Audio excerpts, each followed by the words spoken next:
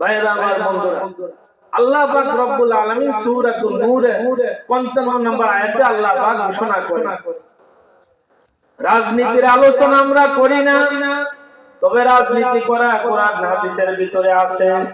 আল্লাহ পাক বলেন, রাজনীতি কাকে বলা হয় বান্দা তোমরা কি জানো? বিএনপি ভাইরা কয় আমরা রাজনীতি সবচেয়ে ভালো বুঝি, চরমুনার ভাইরা কয় আমরা সবচেয়ে ভালো বুঝি, জামাত শিবির ভাইরা বলে আমরা সব থেকে ভালো বুঝি, হেফাজতে আলেমরা বলে আমরা সব থেকে ভালো বুঝি। আল্লাহ রাব্বুল আলামিন বলেন, এই রাজনীতি আমি শিখিয়েছি। রাজ মানে বাদশা, রাজ মানে রাজ্য, নীতিগুলো হলো আমার নীতিমালা। আমি যা আদেশ নিষেধ করিয়েছি তা হলো নীতি। আমার নীতিমালা যারা বাস্তবায়ন করবা, আল্লাহুল খালকু ওয়াল আমরু তাবারাকাল্লাহু রাব্বুল আলামিন। আল্লাহ পাক বলেন, আসমান আমি সৃষ্টি করিয়াছি, জমিন আমি সৃষ্টি করিয়াছি, চন্দ্র আমি সৃষ্টি করিয়াছি, সূর্য আমি সৃষ্টি করিয়াছি। আমি খাওয়াই, আমি পালি, আমি বাসি, আমি লালন পালন করাই।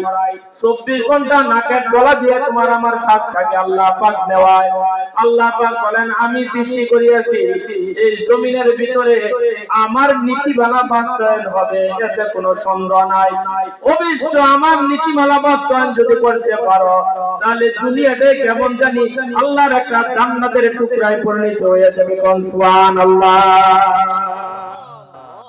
ভাইরা আমার বন্ধুরা, রাজনীতি সম্পর্কে হযরত ইউসুফ আলাইহিস সালাম একজন বাদশা ছিলেন মিশরের, হযরত ইব্রাহিম আলাইহিস সালাম বাদশা ছিলেন, হযরত লূত আলাইহিস সালাম বাদশা ছিলেন, হযরত ইব্রাহিম আলাইহিস সালাম বাদশা ছিলেন, হযরত মুসা আলাইহিস সালাম বাদশা ছিলেন, হযরত ঈসা আলাইহিস সালাম বাদশা ছিলেন, হযরত মুহাম্মদুর রাসূলুল্লাহ সাল্লাল্লাহু আলাইহি সাল্লাম মক্কা ও মদিনা নয়, বরং 7 আকাশ 7 জমিনের বাদশা আল্লাহ নবীকে বানিয়ে দিয়েছে।